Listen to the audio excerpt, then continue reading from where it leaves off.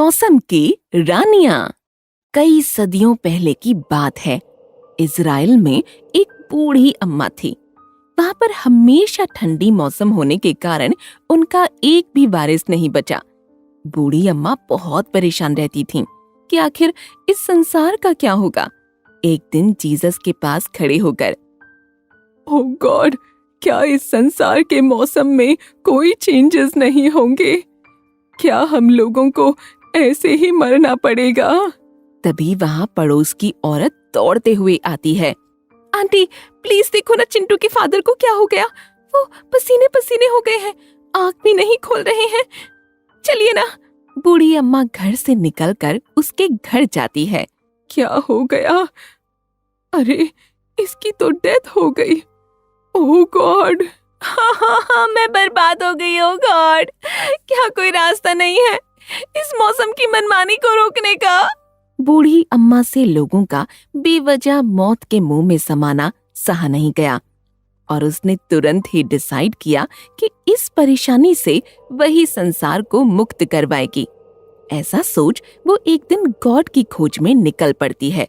जाने से पहले बूढ़ी अम्मा पड़ोसी से कहती है, मेरे लौटने तक मेरी इस झोपड़ी का तुम सभी मिलकर ख्याल रखना, और अगर मैं नहीं आई तो इस झोपड़ी में हर रोज एक कैंडल जला देना मेरे नाम का।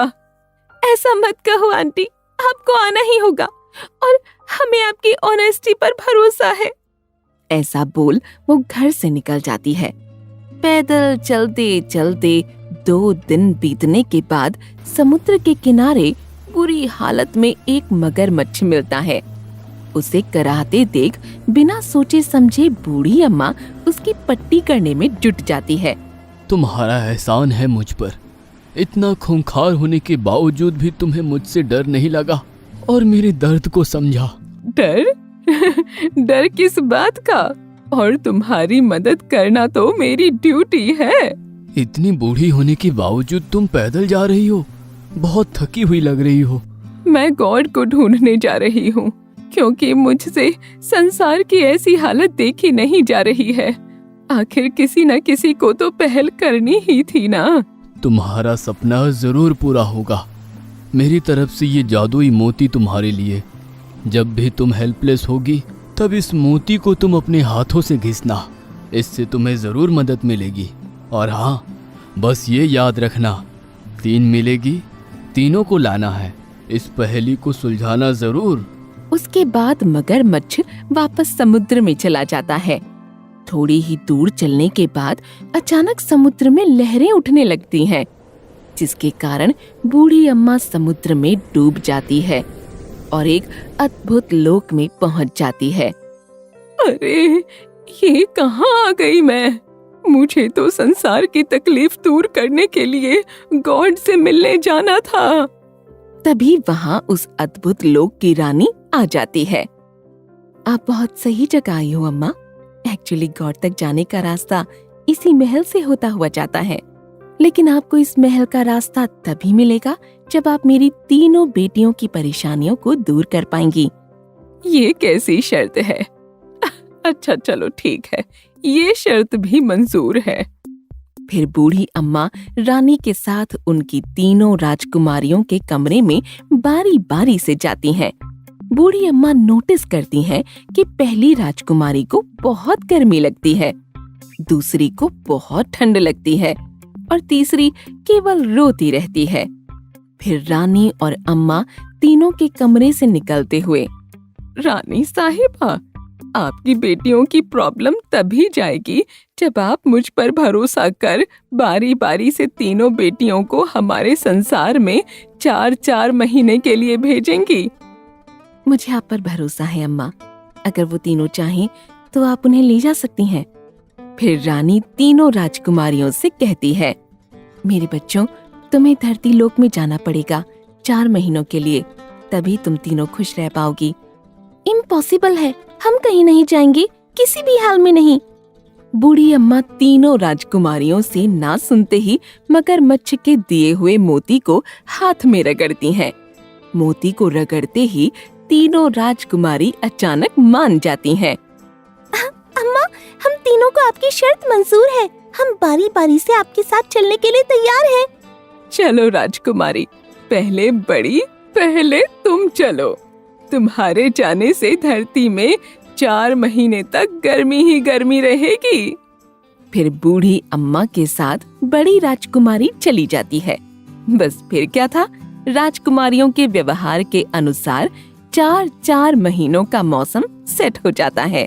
ठंड लगने वाली राजकुमारी के कारण 4 महीने ठंड का मौसम, और रोने वाली राजकुमारी की वजह से बारिश। तभी से मौसम डिसाइड हो जाते हैं, जो युगों युगों तक चलते आ रहे हैं। एक समय की बात है, राजा वीर सिंह एक राज्य पर शासन करते थे। वो एक कुशल राजा थे। उनके दरबार में महेंद्र नाम के एक मंत्री थे, जो बड़े ही चतुर एवं समझदार थे। राजा के दरबार में जब भी कोई व्यक्ति न्याय के लिए आता, राजा उस मामले में उचित न्याय करते थे। परंतु जब राजा किसी मामले में असमंजस्य में पड़ते, तो वो अपने मंत्री से विचार विमर्श करके उस मामले को निपटाने का प्रयास करते थे। एक बार महाराज के सामने ऐसा मामला आया कि उनके लिए न्याय करना मुश्किल हो गया। हुआ यूं कि एक दिन नामदेव नाम का एक व्यक्ति राजमहल में आया और न्याय की गुहार लगाने लगा।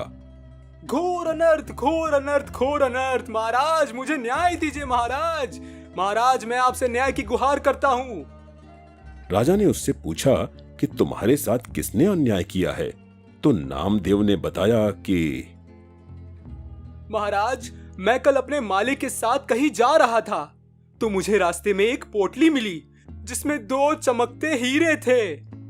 मैंने हीरो को देखकर कहा कि मालिक, इन हीरो पर राज्य का अधिकार है, इसलिए इन्हें राजकोष में हमें जमा कर देना चाहिए। ये बात सुनकर मालिक भड़क पड़े और बोले कि हीरे मिलने की बात किसी को बताने की जरूरत नहीं है। इसमें से एक मैं रख लूंगा और एक तू रख लेना। ये बात सुनकर मेरे दिल में लालच आ गया। महाराज, मुझे क्षमा करिए, मेरे दिल में लालच आ गया। महाराज, फिर मैं अपने मालिक के साथ उनकी हवेली लौट गया। हवेली आकर मालिक ने मुझे हीरे देने से इनकार कर दिया। महाराज, इनकार कर दिया। महाराज, मुझे न्याय दीजिए। मैंने सोचा कि आपके राज्य में इतना घोर अन्याय होने वाला है और मैं आपको बताऊं भी ना, इसलिए मैं दौड़ा दौड़ा आपके दरबार में प्रस्तुत हूं। मैं आपसे न्याय की गुहार करता हूं। महाराज। नामदेव का दुखड़ा सुनकर महाराज ने तुरंत मालिक को दरबार में पेश होने का आदेश दिया। नामदेव का मालिक बहुत कपटी था। दरबार में आकर बोला, महाराज, यह बात सच है कि हमें हीरे मिले थे, लेकिन वो मैंने नामदेव को दे दिए थे। मैंने नामदेव को आदेश दिया था कि इन हीरों को राजकोष में जमा करा देना। नामदेव के मन में लालच है, इसलिए वह झूठी कहानियां बना रहा है। इसका क्या सबूत है कि तुम सच बोल रहे हो? आप बाकी के नौकरों से पूछ लीजिए, ये सभी वहां मौजूद थे। जब राजा ने अन्य 3 नौकरों से पूछा, तो उन्होंने भी यही कहा कि हीरे नामदेव के पास हैं। अब राजा बड़ी दुविधा में फंस गए।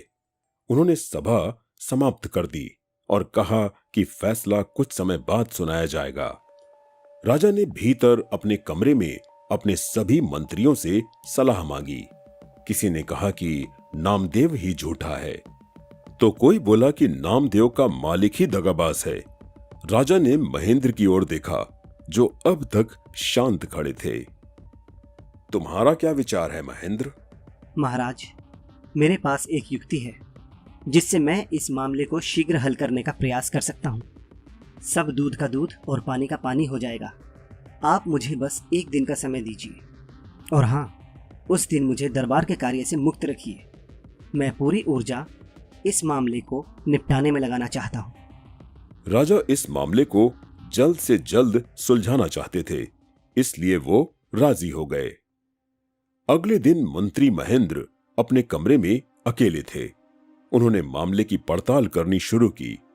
महेंद्र ने अपने सेवक को आदेश दिया कि तीनों नौकरों को एक एक करके मेरे सामने पेश किया जाए।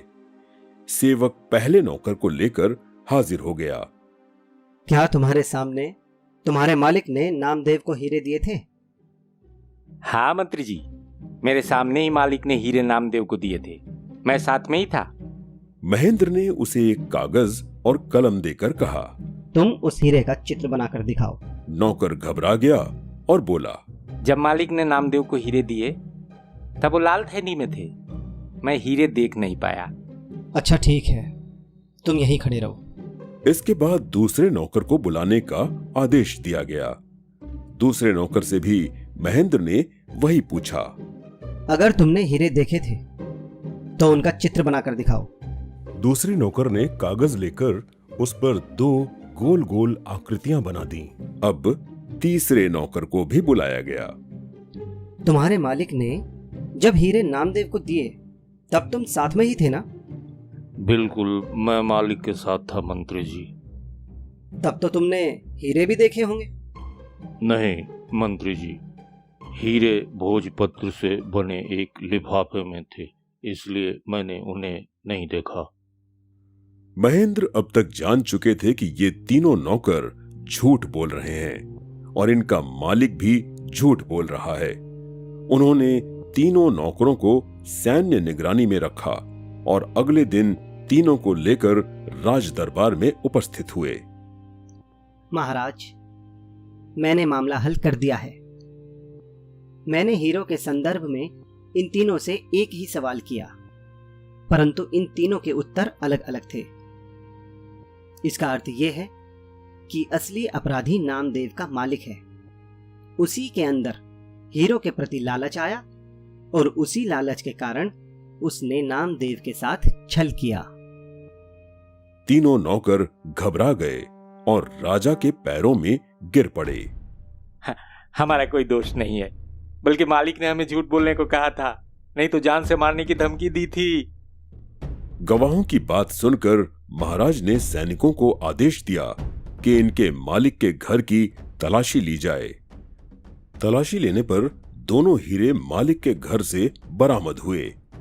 महाराज, ये वही हीरे हैं। मेरे मालिक ने मुझे यही हीरे देने का वादा किया था।